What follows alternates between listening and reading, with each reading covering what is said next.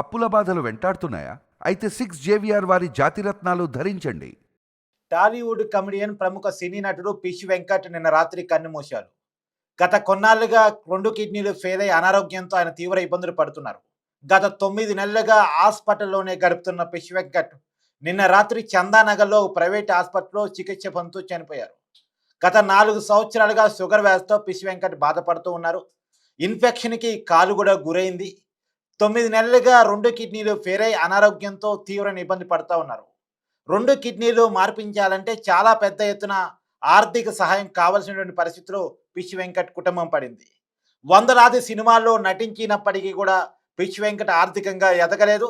దాని ఫలితంగా ఆర్థిక సహాయం కోసం, దాతల కోసం ఆ కుటుంబం తీవ్రంగా వెయిట్ చేసింది. కానీ అనుకున్న సాయం దక్కలేదు. మొత్తానికి పిచ్ వెంకట్ మరణించాడు అని చెప్పాలి. పిచ్ వెంకట్ మరణించడం పట్ల సినీ ఇండస్ట్రీ మొత్తం కూడా ఆవేదన వ్యక్తం చేస్తూ ఉంది. ఈ మధ్యనే కోట శ్రీనివాసరావు ప్రముఖ సినీ నటుడు చనిపోయారు. సరోజాదేవి ప్రముఖ సినీ నటి చనిపోయారు. రవితేజ ఫాదర్ మాస్ మహారాజా రవితేజ ఫాదర్ కూడా ఈ మధ్యనే చనిపోయారు.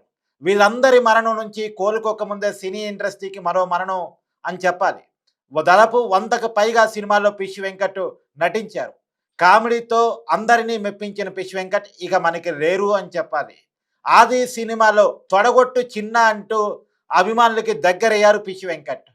గబ్బర్ సింగ్ టీంలో మెంబర్గా దాదాపు గబ్బర్ సింగ్ పవన్ కళ్యాణ్ నటించినటువంటి గబ్బర్ సింగ్ సినిమాలో పిష్ వెంకట్ నటన హైలైట్గా చెప్పాలి. ఆ గబ్బర్ సింగ్ టీం నటన చాలా ఆ సినిమాకే హైలైట్గా మనం చెప్పుకోవాలి. పిష్ వెంకట్ ఆర్థిక సహాయం కోసం గబ్బర్ సింగ్ టీం కూడా చాలా ప్రయత్నం చేసింది. సినీ ప్రముఖులను కలిసి ఖచ్చితంగా ఆర్థిక సహాయం చేయాలని వేడుకుంది. గతంలో మనం టీవీ పిష్ వెంకట్ కుటుంబానికి ఆర్థిక సాయం చేసింది. పిష్ వెంకట్ అనారోగ్యంతో బాధపడుతున్నప్పుడు హాస్పిటల్లో మొదటిసారి అడ్మిట్ అయినప్పుడు మా ప్రతినిధిగా ఉన్నటువంటి సినిమా ఇండస్ట్రీకి సంబంధించినటువంటి కరాటే కళ్యాణి గారు పిష్ వెంకట్తో ఒక ఇంటర్వ్యూ నిర్వహించారు. పిష్ వెంకట్ ఇంటర్వ్యూ తర్వాత కొంత ఆర్థిక సహాయం అందినప్పటికీ కూడా మనం టీవీ కూడా కొంత చేయూతనిచ్చినప్పటికీ కూడా అతనికి ఉన్నటువంటి అనారోగ్య సమస్యలకి ఆర్థిక సహాయం సరిపోనటువంటి పరిస్థితి. 2 కిడ్నీలు మార్పిడి జరిగితే తప్ప పిష్ వెంకట్ బతకరు అని చెప్పేసి అప్పట్లోనే డాక్టర్లు చెప్పినటువంటి పరిస్థితి. ఎందుకో తెలీదు, సినిమా ఇండస్ట్రీ నుంచి అనుకున్నంత సహాయం రాలేదు అని చెప్పేసి ఆ కుటుంబం ఇలా వాపోతా ఉంది. సో పిష్ వెంకట్ సంబంధించి మరిన్ని వివరాలు తెలుసుకునేటువంటి ప్రయత్నం చేద్దాం. అక్కడే ఉన్నటువంటి మా ప్రతినిధి వలిని నేను కాంటాక్ట్ చేసే ప్రయత్నం చేస్తున్నాను. ఒక రకంగా బ్యాడ్ మార్నింగ్ వలి. పిష్ వెంకట్ ఇక మనకి లేరు అనేటువంటి వార్త తెలుస్తూ ఉంది. ఏంటి అక్కడ పరిస్థితి? ఏ రకంగా మరణించారు? ఏ టైంకి మరణించారు? ఎక్కడ, ఏ హాస్పిటల్లో ఆయన మరణించారు? కార్తీక్, టాలీవుడ్ ఒక మంచి కమెడియన్ ని కోల్పోయిందని చెప్పాలి. గత కొన్ని రోజులుగా పిష్ వెంకట్ అనారోగ్యంతో చందానగర్ లో ప్రైవేట్ ఆసుపత్రిలో చికిత్స పొందుతున్నారు. అతని 2 కిడ్నీస్ కూడా ఫెయిల్ అవుతున్నాయి. డయాలసిస్ నడుస్తోంది. అయితే వాళ్ళ కుటుంబం కూడా చాలా రోజులుగా దాతల కోసం ఎదురు చూశారు. ఎవరైనా ఒక మంచి సాయం చేస్తే కనీసం ఒక కిడ్నీ అయినా సమకూరితే గనక పిష్ వెంకట్ బతికుండేవాడు అని చెప్పి ఇండస్ట్రీ నుంచి కావచ్చు, తర్వాత ఫ్రెండ్స్ కావచ్చు, ఎవరైనా దాతలు ముందుకు వచ్చి సాయం చేస్తే బాగుండేదని చెప్పి చాలా వెయిట్ చేశారు. ఆసుపత్రిలో చికిత్స పొందుతున్న సమయంలో కూడా చాలా మంది వచ్చారు కూడా. కొంతమంది వచ్చారు కానీ వాళ్ళు 5 లక్షలు, 2 లక్షలు, 3 లక్షలు ఇట్లా ఈ మేరకు ఇవ్వడంతో అవి సరిపోకపోవడంతో, ఇంకా చికిత్సకి అవసరమైనటువంటి డబ్బు సమకూరకపోవడంతో ఇక ఆరోగ్యం అంతకంతకు విషమించడంతో గత రాత్రి ఆయన కన్నుమూసిన పరిస్థితి. శుక్రవారం రాత్రి సరిగ్గా 10 గంటల సమయంలో ఆయన చనిపోయినట్టుగా సమాచారం వచ్చింది. కుటుంబ సభ్యులు కన్నీరు మున్నీరుగా విలిపిస్తున్నారు. ఆయన చాలా రోజుల నుంచి కూడా ఆయనకి షుగర్ బాగా పెరిగిపోవటం వల్ల అంతకుముందే అతని కాలికి తీవ్రమైనటువంటి గాయమైంది. ఇన్ఫెక్షన్ కూడా అయింది. సో ఆ కాలికి చికిత్స తీసుకుంటున్నారు. మరోపక్క కిడ్నీస్ కూడా డయాబెటీస్ ఎక్కువ కావడం వల్ల కిడ్నీస్ కూడా ఫెయిల్ అయినటువంటి పరిస్థితి ఉంది. సో 2 కిడ్నీలు పని చేయకపోవడంతో డయాలసిస్ నడుస్తున్న క్రమంలోనే ఇంకా ఆసుపత్రిలో చికిత్స తీసుకుంటూ ఉన్నారు గత కొన్ని రోజులుగా.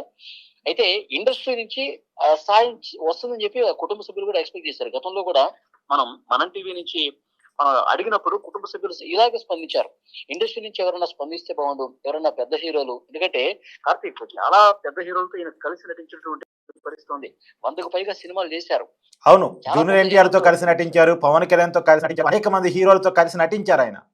అవునవును, కనీసం ఏ ఒక్క పెద్ద హీరో అయినా కొద్దిగా దాతృత్వాన్ని చాటుకుంటే బాగుంటుంది, కొద్దిగా స్పందించి అది సాయం చేస్తుంటే బాగుండేది అని కుటుంబ సభ్యులు కూడా ఎదురు చూశారు. మొన్న వాళ్ళ కుమార్తెతో కూడా మనం మాట్లాడాం. వారు కూడా చెప్పారు. మేము ఎదురు చూస్తున్నాం గానీ ఇంకా ఫేక్ కాల్స్ వస్తున్నాయంట. ఆమె ఇంకా చెప్పినటువంటి ఒక బాధాకరమైన విషయం ఏందంటే, చాలా మంది ఫేక్ కాల్స్ చేసి ప్రభాస్ గారు స్పందిస్తారు. రేపే మీ ఇంటికొస్తున్నారు. మీకొక చెక్ ఇవ్వటానికి వస్తున్నారు. లేదంటే రవితేజ్ గారు స్పందించారు. మీ ఇంటికొస్తున్నారు. ఇట్లా ఫేక్ కాల్స్ చేసి వేధించారంట. ఒక పక్క ఫిష్ సహాయం వెంకట్ హాస్పిటల్‌లో చేయకపోగా కావాలని కొంతమంది ఫేక్ కాల్ చేసి ఆ కుటుంబాన్ని ఇబ్బంది పెట్టే ప్రయత్నం చేశారంట. ఎంత బాధాకరమైన వార్తో చూడండి వాళ్ళు చెప్పేది. అవును. నిజంగానే వాళ్ళ కుమార్తె మాట్లాడిన మాటలు ఏంటంటే నిజంగా వాళ్ళు చాలా బాధలో ఉన్నారు. ఒక పక్కేమో తండ్రి చాలా ఇబ్బందికర పరిస్థితిలో ఉన్నాడు. అసలు ఎందుకంటే డాక్టర్స్ కూడా చెప్తున్నారు. మనం సకాలంలో గనక చికిత్స చేసి ఉంటే ఫిష్ వెంకట్‌ని మనం బతికించుకోగలం. ఎవరైనా దాతలుంటే చూడండి. ఇండస్ట్రీలో మనిషే కాబట్టి ఇండస్ట్రీ ద్వారా ఎవరైనా ఒక మంచి సాయం చేయగలిగితే ఫిష్ వెంకట్‌ని మనం బతికించుకోగలం అని చెబితే కుటుంబ సభ్యులు ఆగమేఘాల మీద ఫిష్ వెంకట్ గారితో నటించినటువంటి సహాయ నటులు ఎవరైతే ఉన్నారో మీకు 'గబ్బర్ సింగ్' టీమ్ గుర్తుండే ఉంటుంది. అవునవును. అవును. ఆ 'గబ్బర్ సింగ్' టీమ్ కూడా చాలా మంచి ప్రయత్నం చేశారు వాళ్ళు. వాళ్ళకి తోచినంత సాయం చేశారు. దాంతో పాటు ఇండస్ట్రీలో తమతో పాటు కలిసి పనిచేసినటువంటి వాళ్ళని కలవటం. ఫిష్ వెంకట్ పరిస్థితి ఈ విధంగా ఉంది. ఫిష్ వెంకట్ వెంటిలేటర్ మీద ఉన్నాడు. ఫిష్ వెంకట్ పూర్తిగా డయాలిసిస్ చేసుకుంటా ఉన్నాడు. కిడ్నీలు పాడైపోయినాయి అని చెప్పి వాళ్ళు తోచినంత విధంగా వాళ్ళకి అనుబంధం ఉన్న ప్రతి ఒక్కరిని కూడా కలిసి రిక్వెస్ట్ చేసి కొంతవరకు సాయం ఇప్పించుకోగలిగారు. వాళ్ళు చేసినటువంటి సాయంతోనే ఇప్పుడు ఇన్ని రోజులైనా ఆసుపత్రుల్లో కొంతవరకు చికిత్స తీసుకున్నటువంటి పరిస్థితి ఉంది. కానీ పెద్ద హీరోలు గాని, పెద్ద డైరెక్టర్లు గాని, పెద్ద ప్రొడ్యూసర్లు గాని తమ సినిమాల్లో నటించాడు కదా ఫిష్ వెంకట్ ఆరోగ్య పరిస్థితి బాలేదు కదా అని చెప్పి కొంతలో కొంత రెస్పాండ్ అయ్యి ఉంటే బాగుండేది. చిరంజీవి గారు 3 లక్షలు సాయం చేశారు. పవన్ కళ్యాణ్ గారు 2 లక్షలు సాయం చేశారు. అది గతం తాలూకు మాట. కానీ ఇప్పుడు ఇంకొంతమంది ఇండస్ట్రీ అంటే మీరే కాదు కదా, ఇంకా చాలా మంది ఉన్నారు కదా.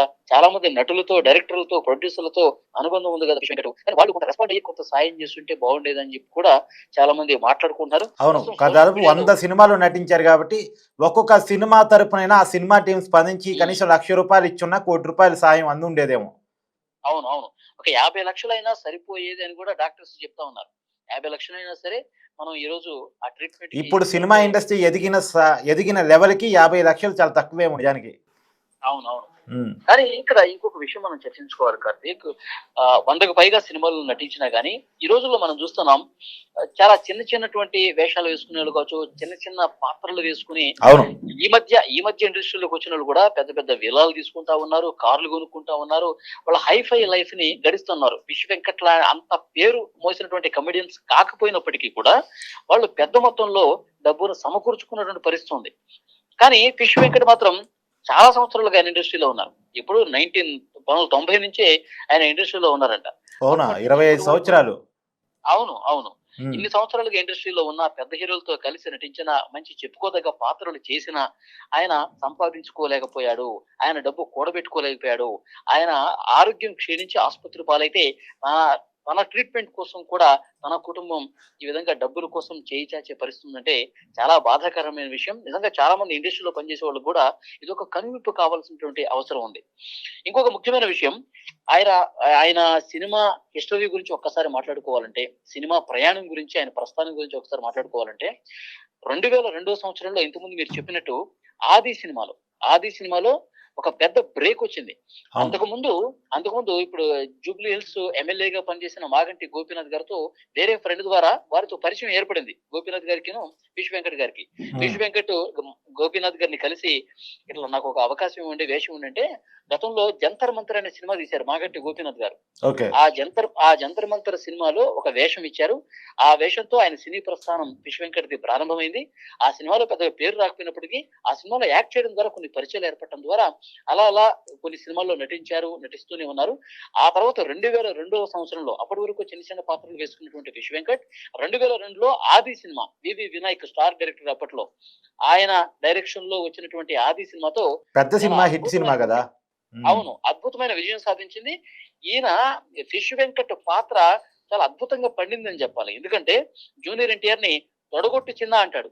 ఆ హ్మ్. డైలాగు ఎంతో పాపులర్ అయింది. ఆ సినిమాకి హైలైట్‌గా నిలిచింది. అవును. జూనియర్ ఎన్టీఆర్ ఒక దిగాలుగా కూర్చుంటాడు తన బాబాయ్ చనిపోయినటువంటి సందర్భంలో. అప్పుడు మనం ఇట్లా అయితే కాదు, మన శత్రువుల మీద యుద్ధానికే వెళ్ళాలి. శత్రువుల్ని ఊచకోత కొయ్యాలి. నువ్వు ఇంకా రంగంలోకి దిగాలి బాబు అన్నప్పుడు కోపంతో రగిలిపోతూ ఉంటాడు జూనియర్ ఎన్టీఆర్. ఆ సందర్భంలో చెప్తాడు డైలాగు, "అన్నా నువ్వు తొడగొట్టాల్సిందే. తొడగొట్టు చిన్నా" అంటాడు. తొడగొట్టి చిన్నారంగానే ఒక్కసారిగా జూనియర్ ఎన్టీఆర్ పైకి లేచి భీకరంగా ఒక ఉగ్ర రూపం చూపిస్తూ తొడగొడతాడు. మొత్తం శత్రు స్థావరాలు గజగజ వణికిపోతాయి. ఆ షాట్ కూడా కనిపిస్తుంది. అవును. ఆ సినిమా పెద్ద హైలైట్ గా నిలిచింది ఆయన సీను.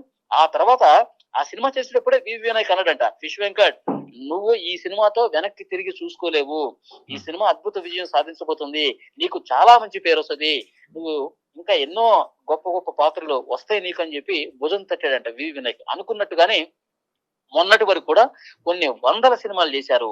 కామెడీ విలన్ గా ఒక సీరియస్ విలన్ ఉంటాడు, సీరియస్ విలన్ పక్కన కామెడీ పాత్ర పోషిస్తా ఉంటాడు ఫిష్ వెంకట్ చాలా సినిమాల్లో కూడా. అవును. తెలంగాణ యాసతో తెలంగాణ భాషను వంట పట్టించుకుని ఎంతో అద్భుతంగా డైలాగులు చెప్పి ఎందరినో అలాంటి వాళ్ళని కడుపుబ్బా నవ్వించినటువంటి ఫిష్ వెంకట్ ఈ రోజు మనల్ని వదిలి వెళ్లిపోవటం అనేది చాలా బాధాకరమైన విషయం. వాళ్ళ కుటుంబ సభ్యులు కూడా తీవ్ర ఆవేదనలో ఉన్నారు.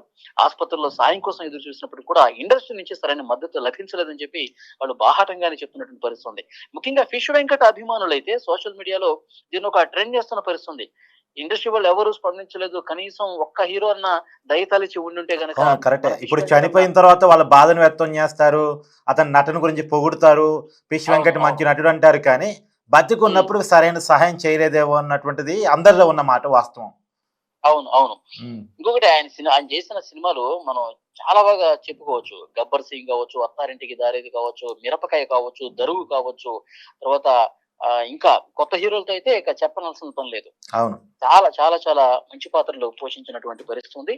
సో ఈ రోజు ఫిష్ వెంకట్ దూరం అయ్యాడు అనే వార్త గత రాత్రి 10 గంటలకు ఇది జరిగిన తర్వాత సినిమా ఇండస్ట్రీలో చాలా మంది కమెడియన్స్ మాట్లాడుతున్నారు, స్పందిస్తూ ఉన్నారు.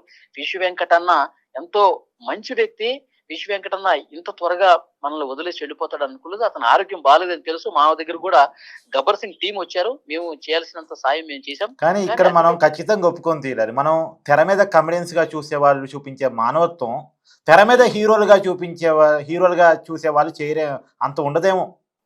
అవునవును. ఆయన ఫిష్ వెంకట్ ఆయన కొద్దిపాటి హెల్ప్ కోసం ఎవరైనా వచ్చినా సరే, ఎందుకంటే ఆయన హైదరాబాద్ రామ్నగర్ ఏరియాలో ఉంటారు కార్తీక్. ఆ రామ్నగర్ ఏరియాలో చాలా మందితో మంచి అనుబంధం ఉంది ఫిష్ వెంకట్ కి.